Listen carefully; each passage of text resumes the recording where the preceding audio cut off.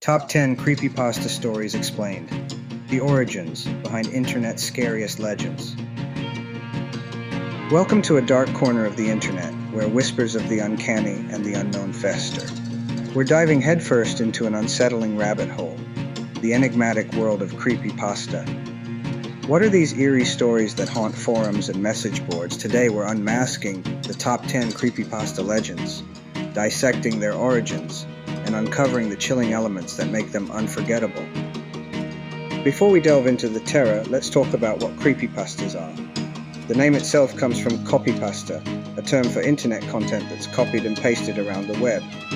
But creepypastas are more sinister, short horror stories designed to disturb, scare, or terrify anyone brave enough to read them. Born from the internet's forum culture, these stories gain traction on platforms like 4chan, Reddit, and Something Awful.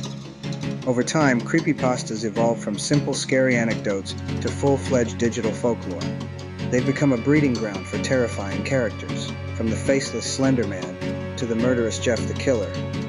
They've inspired movies, fan art, YouTube series, and even real-life horrors.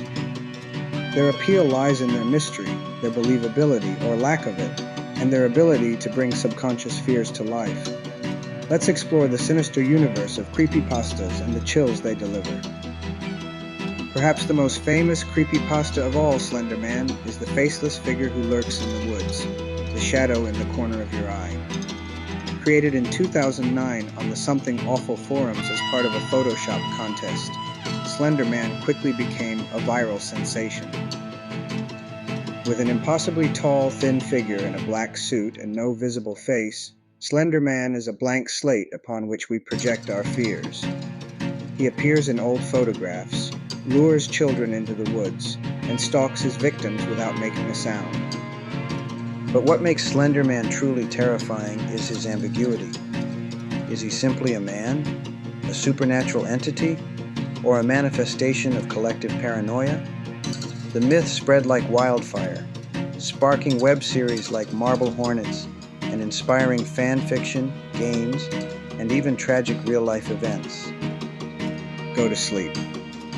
These chilling words belong to Jeff the Killer, one of the internet's most infamous villains. The story tells of a once ordinary teenage boy who is horrifically disfigured after an attack. The ordeal warps not just his face but his mind, turning him into a sadistic murderer. Jeff's unsettling appearance, pale skin, a carved smile, and lidless eyes, was immortalized in an image shared across forums. The photo itself has a mysterious origin, adding another layer of intrigue to the story. Is it real? Is it fake? What makes Jeff so spine-chilling is the psychological interplay of his transformation. He began as a victim, but eventually embraced evil, shedding any semblance of humanity. Jeff's story is more than a cautionary tale. It's a plunge into madness itself. This creepypasta reads like a classified document unearthed from a grotesque laboratory. Set during the Cold War, it describes a sinister experiment in which test subjects were deprived of sleep using a gas stimulant. The subjects descend into insanity, mutilating themselves, and turning into horrifying shells of human beings. What makes this story so effective is its thin thread of plausibility. The cold, detached tone of the narrative feels like a government report, lending credibility to the horror. Could something like this have happened in history's darkest corners? The Russian sleep experiment preys on our fear of loss of control, loss of humanity, and loss of sanity. It's a story that lingers long after you've read it, feeding your nightmares. Video games are supposed to be entertaining, but when it comes to Ben Drowned, they take a sinister turn. This story begins with a young man purchasing a used copy of The Legend of Zelda, Majora's Mask. What should be a nostalgic gaming experience quickly turns horrifying. The cartridge appears haunted by a ghost named Ben. Strange glitches, eerie messages, and disturbing in-game actions make the player realize the spirit has sinister intentions. The detailed narration, screenshots, and videos accompanying the story blur the line between reality and fiction. Ben Drowned cleverly exploits the gamer's trust in familiar, comforting spaces. It asks, how can you escape a haunting when the very medium itself, a game, is possessed? spread the image. That's the ominous phrase tied to Smile Dog, an unsettling tale about a cursed image of a dog with a human-like malevolent grin. Those who see the image report terrifying nightmares and impending doom unless they share the photo with others. The creepypasta's brilliance lies in its virus-like structure. The idea of a cursed image that spreads terror plays on internet fears of viral content and chain emails. The story dares readers to look at the picture while warning them of the consequences, creating a paradoxical sense of dread. Smile Dog doesn't lurk in the shadows. It stares at you directly, planting a slow, simmering unease. What if a beloved childhood memory wasn't what it seemed? That's the premise of Cove. The story unfolds as a conversation on a forum where users recall a strange children's TV show they all used to watch. The show was full of unsettling imagery, puppets whispering cryptic messages and storylines steeped in tragedy. But the real terror comes at the end. When one participant reveals they asked their mother about the show, she insisted there was no show called Cove. Their childhood selves had simply stared at static on the TV screen, collectively imagining the horrors. This story taps into the fragility of memory and the uneasy feeling of misremembering the past. It questions what is real and what the mind is capable of inventing. Abandoned theme parks are inherently creepy, and abandoned by Disney exploits that fear to the fullest. The story describes an urban explorer breaking into an abandoned Disney resort called Mowgli's Palace. Inside, they discover unsettling signs of abandonment, like decaying costumes and cryptic messages scrawled on walls.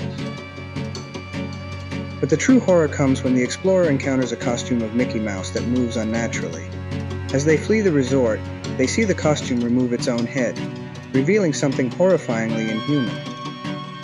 The mix of childhood nostalgia and eerie decay turns this story into a deeply unsettling experience, playing on the fear of corrupt innocence. The Rake is a pale, humanoid creature described as hairless, gaunt, and terrifyingly predatory. It lives in the woods, breaking into people's homes at night to observe them, or worse. Several sightings of the Rake have been reported, adding credibility to its legend. The brilliance of the Rake lies in its simplicity. It's not over-explained, leaving the reader's imagination to fill in the blanks. Its appearances feel deeply personal, making you wonder if it's watching you as you sleep. The Rake is a reminder that sometimes the scariest monsters are the ones that feel just out of reach. This creepypasta delves into the sick underbelly of the internet. It begins when a user receives an email containing a link to a website called Normal Porn for Normal People. The site features deeply unsettling videos, animalistic behavior, unsettling human interactions, and cryptic images. The beauty and horror of this story lies in its ambiguity. The videos are never explicitly explained, leaving the viewer's mind to fill in the grisly details. It escalates from mere curiosity to full-blown existential terror about the nature of humanity and the internet's hidden recesses. At the top of our list is 1999, a creepypasta revolving around a public access TV channel with deeply disturbing programming. A young boy recalls discovering the channel in his youth, featuring shows like Mr. Bear's Cellar, in which the titular character interacts with children in horrifying ways. As the narrator investigates the channel's origin, he uncovers a connection to a child abduction case. The disturbingly detailed revelations make it feel all too real. The horror lies in the blending of nostalgia and evil. The idea that something as innocent as a childhood TV channel could mask sinister intentions taps into primal fears about trust and safety. Why do these stories lodge themselves in our psyche? They use psychological techniques to great effect. The familiar made unfamiliar. They distort what we consider safe, whether it's a children's TV show, a beloved game, or even a smiling dog. Believability. The stories often feel grounded in reality, with enough plausible elements to make you second-guess their authenticity. Open-endedness. Creepypastas thrive in ambiguity, forcing readers to imagine the worst rather than spelling it out. More than just internet stories, creepypastas have shaped modern online horror. They've inspired entire genres of YouTube content, video games like Slender, The 8 Pages, and even feature films. Unfortunately, they've also proven that fiction can bleed into reality, as seen in the tragic Slender Man stabbing case. These stories endure because they thrive on participation. Fans expand the lore with spin-offs, art, and discussions, making creepypastas living, breathing nightmares. They appeal to digital native audiences who grew up with these stories as part of their internet experience. Creepypastas are a reminder of the internet's duality, an endless source of wonder but also a haven for fear and the unknown. Which of these stories sent chills down your spine?